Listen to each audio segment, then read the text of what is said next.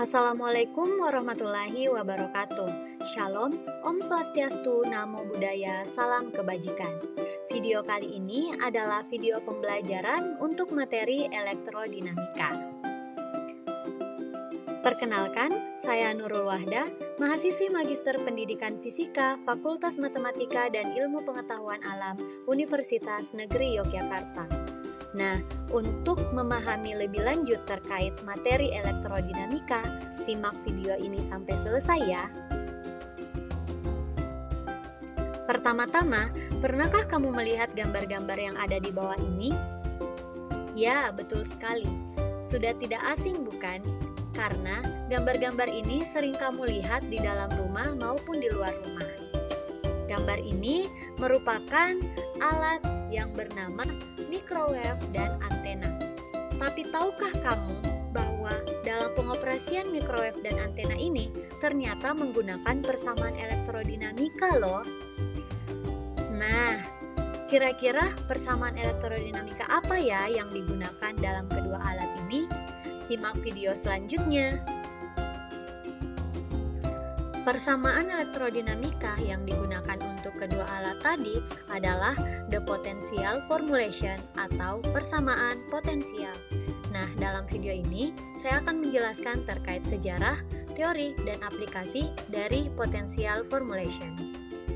Salah satu tokoh yang sangat berperan penting dalam perkembangan materi medan dan potensial ini adalah Hermann Weyl yang lahir tahun 1885 dan wafat pada tahun 1955. Gagasan mengenai konsep teori gauge yang pertama kali diajukan oleh Hermann Weyl pada tahun 1919 ini mengambil analogi yang sama dengan gagasan yang diajukan oleh Albert Einstein dengan memperkenalkan besaran connection dalam teori relativitas umum. Besaran ini digunakan oleh Einstein untuk mendefinisikan kerangka koordinat lokal dengan menganggap bahwa medan gravitasi bersifat merata atau uniform. Selain itu, gagasan ini pada dasarnya diajukan untuk menyatakan hubungan antara satu pengamat dengan pengamat lainnya dalam meninjau sistem fisika sebagai upaya untuk memperluas ketidakubahan hukum fisika yang dilihat oleh pengamat manapun juga. Namun demikian, connection yang pertama kali diajukan oleh Weyl ternyata merupakan simetri dari persamaan Maxwell di dalam teori elektromagnetik mengenai kebebasan memilih potensial skalar dan potensial vektor. Selanjutnya, skalar dan vektor potensial. Nah, dalam video ini akan dicari solusi umum untuk persamaan Maxwell di mana persamaan pertama yaitu nabla dot E sama dengan 1 per epsilon 0 dikali rho, yang kedua nabla dot B sama dengan 0, yang ketiga nabla cross E sama dengan min dou B per dot T, dan yang keempat nabla cross B sama dengan mu 0 J ditambah mu 0 epsilon 0 dou E per dot T. Jika diberikan ρ dalam fungsi r, t dan j dalam fungsi r, t, bagaimana dengan medan E dalam fungsi r, t dan B dalam fungsi r, t? Dalam kasus statis, hukum Coulomb dan hukum Biot-Savart memberikan jawabannya. Apa yang dicari kemudian adalah generalisasi dari hukum-hukum tersebut ke konfigurasi yang bergantung pada waktu. Nah, ini bukan permasalahan yang mudah, dan itu harus dimulai dengan merepresentasikan medan dari segi potensialnya. Dalam elektrostatika, nabla cross E sama dengan 0 memungkinkan kita untuk menulis E sebagai gradien dari potensial skalar, di mana E sama dengan min gradien V. Dalam elektrodinamika, ini tidak lagi mungkin, karena curl E bukan 0.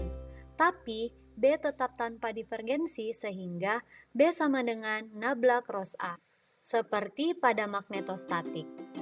Kemudian disubstitusi ke dalam hukum Faraday 3 menghasilkan nabla cross E sama dengan min dou per dot T dari nabla cross A, atau nabla dikali hasil dari E ditambah dou A per dot T sama dengan 0.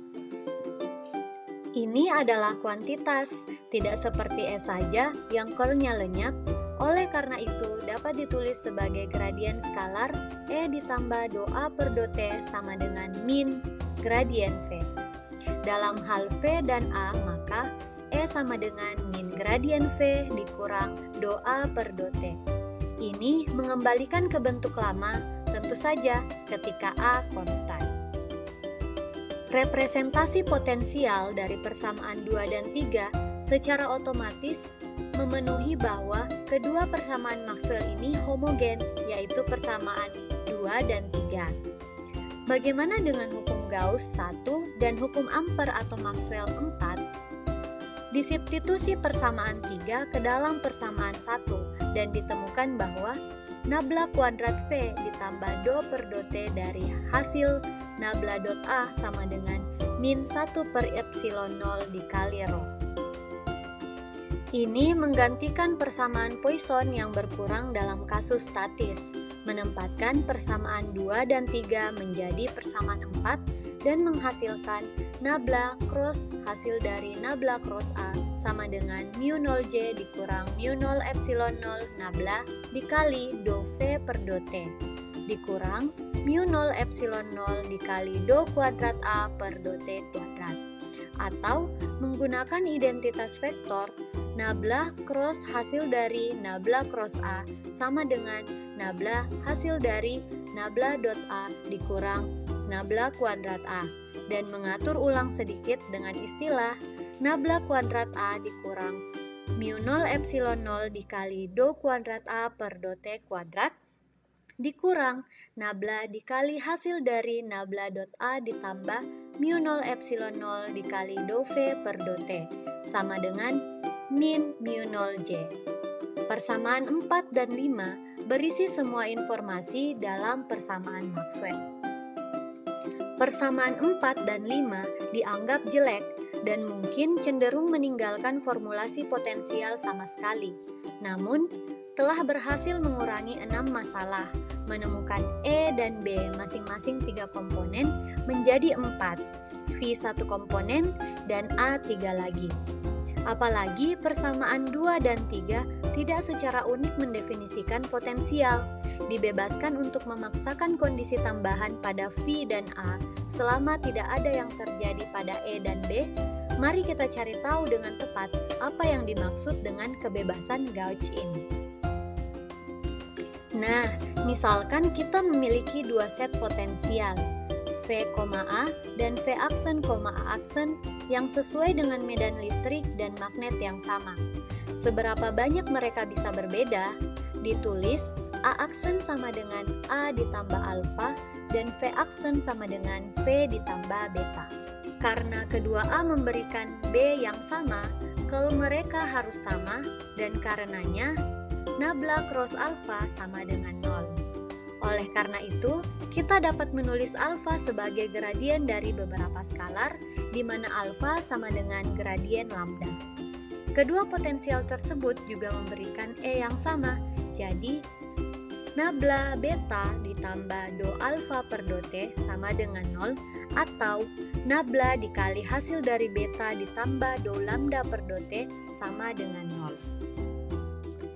Oleh karena itu, istilah dalam tanda kurung tidak tergantung pada posisi. Bagaimanapun, itu bisa tergantung pada waktu.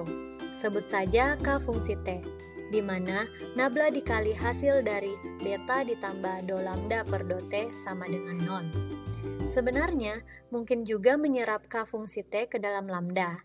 Ini tidak akan mempengaruhi gradien lambda. Itu hanya menambahkan K fungsi T ke do lambda per do T. Oleh karena itu, A aksen sama dengan A ditambah gradien lambda dan V aksen sama dengan V dikurang do lambda per do T. Untuk setiap fungsi skalar lama lambda dalam fungsi R, T, kita dapat dengan impunitas menambahkan gradien lambda ke A, asalkan kita secara bersamaan mengurangi do lambda per do T dari V. Ini tidak akan mempengaruhi jumlah fisik E dan B. Perubahan seperti itu dalam V dan A disebut transformasi Gauge. Mereka dapat dieksploitasi untuk menyesuaikan divergensi A. dengan maksud untuk menyederhanakan persamaan jelek 4 dan 5. Dalam magnetostatik, yang terbaik adalah memilih nabla dot A sama dengan 0 atau persamaan 5. Sementara dalam elektrodinamika, situasinya tidak begitu jelas dan gauge yang paling nyaman tergantung sampai batas tertentu pada masalah yang dihadapi. Ada banyak gauge terkenal dalam literatur. Dua yang paling populer adalah sebagai berikut. Gauge yang pertama adalah kolom gauge. Seperti pada magnetostatik, dipilih nabla dot A sama dengan 0. Dengan ini, persamaan 4 menjadi nabla kuadrat V sama dengan min 1 per epsilon 0 dikali rho. Ini adalah persamaan Poisson, dan kita sudah tahu cara menyelesaikannya, yaitu dengan mengatur V sama dengan 0 pada tak terhingga, sehingga V dalam fungsi R, T sama dengan 1 per 4 pi epsilon 0 dikali integral rho dalam fungsi R aksen, T per R keriting dikali do tau kuadrat. Kelebihan dari kolom gauge adalah bahwa potensial skalar sangat mudah dihitung. Kelemahannya, terlepas dari penampilan kausal V, adalah bahwa A sangat sulit untuk dihitung. Persamaan diferensial untuk A atau persamaan 5 dalam kolom gauge berbunyi nabla kuadrat A dikurang mu 0 epsilon 0 dikali do kuadrat A per do T kuadrat sama dengan min mu 0 J ditambah mu 0 epsilon 0 nabla dikali do V per do T. Untuk gauge kedua yaitu Lorentz gauge. Di Lorentz gauge dipilih nabla dot A sama dengan min mu 0 epsilon 0 dikali do V per do T. Ini dirancang untuk menghilangkan jangka menengah dalam persamaan 5. Dalam bahasa persamaan 1, ditetapkan L sama dengan 0. Dengan ini, nabla kuadrat A dikurang mu 0 epsilon 0 dikali do kuadrat A per do T kuadrat sama dengan min mu 0 J. Sementara itu, persamaan diferensial untuk V atau persamaan 4 menjadi nabla kuadrat V dikurang mu 0 epsilon 0 dikali do kuadrat V per do T kuadrat sama dengan min 1 per epsilon 0 dikali rho. Keutamaan Lorentz gauge adalah bahwa ia memperlakukan V dan A dengan pijakan yang sama, yaitu operator diferensial yang sama, di mana nabla kuadrat dikurang mu 0 epsilon 0 dikali do kuadrat per do T kuadrat bisa didefinisikan sebagai D'Alembertian kuadrat. Hal ini terjadi di kedua persamaan, yaitu persamaan pertama di mana D'Alembertian kuadrat V sama dengan min 1 per epsilon 0 dikali rho, dan untuk persamaan kedua di mana D'Alembertian kuadrat A sama dengan min mu 0 dikali J. Itulah tadi penjelasan teori terkait the potential formulation yang terdiri dari scalar and vector potensial dan juga gauge transformation. Selanjutnya, untuk aplikasi medan dan potensial dalam kehidupan sehari-hari bisa dilihat dari dua alat berikut ini. Yang pertama adalah microwave dan yang kedua adalah antena. Medan vektor sangat berguna dalam mempelajari radiasi dari antena serta kebocoran radiasi dari saluran transmisi, pemandu gelombang, dan juga microwave. Nah, itulah tadi penjelasan singkat terkait the potential formulation. Thank you for watching. Semoga video ini bermanfaat dan sampai jumpa pada video-video selanjutnya. Wassalamualaikum warahmatullahi wabarakatuh.